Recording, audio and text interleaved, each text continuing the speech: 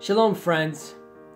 I still remember one time in Miami when I fell asleep in the sun. And I woke up, I didn't have a shirt on at the time. When I woke up, my entire chest and stomach and my neck was sunburned. And it was bad. When the pain finally settled in, it was no sleep for a few days. Walking around without a shirt, I couldn't find any rest. I still remember after I finally got better, how I was an advocate during recess for everyone to put on sunscreen. And how thankful I was for being able to walk around with the shirt on. And being able to walk around without being in pain. Being able to go to sleep without being in pain. But you want to know something? Count a week or two later, a month later, definitely now, I don't have that same appreciation. I forgot about that pain. I forgot about the situation that I was in. And this is common in human nature. And this is why we can understand something about the maror, about the bitter herbs that we have on Passover. You know, the Jewish people, right before they left the land of Egypt, they were commanded to have bitter herbs. But the obvious question is, why? The bitter herbs is in order to remind a person, to remind the Jewish people what they went through.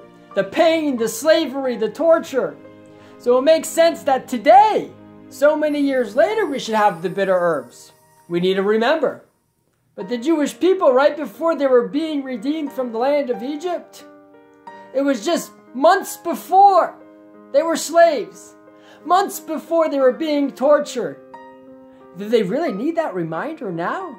Before they're leaving the land of Egypt? But yes, that's human nature. It could just be a few months. A few months before you can be going through the worst tortures. Such pain, crying out to God, when is this going to come to an end?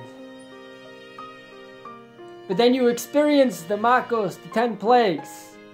And you're about to leave the land of Egypt. You've been living a good life for a little while. Yeah. You forget about that pain. So yes, it's in order to teach us that important lesson in human nature. That never forget about the difficulties. Not to wallow in the pain. But just so that you can appreciate the present that you're in. So this year, we're sitting around by Pesach.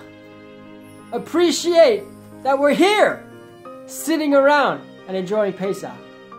Don't focus on the negative, on the bad of what it could be, not being with family or friends.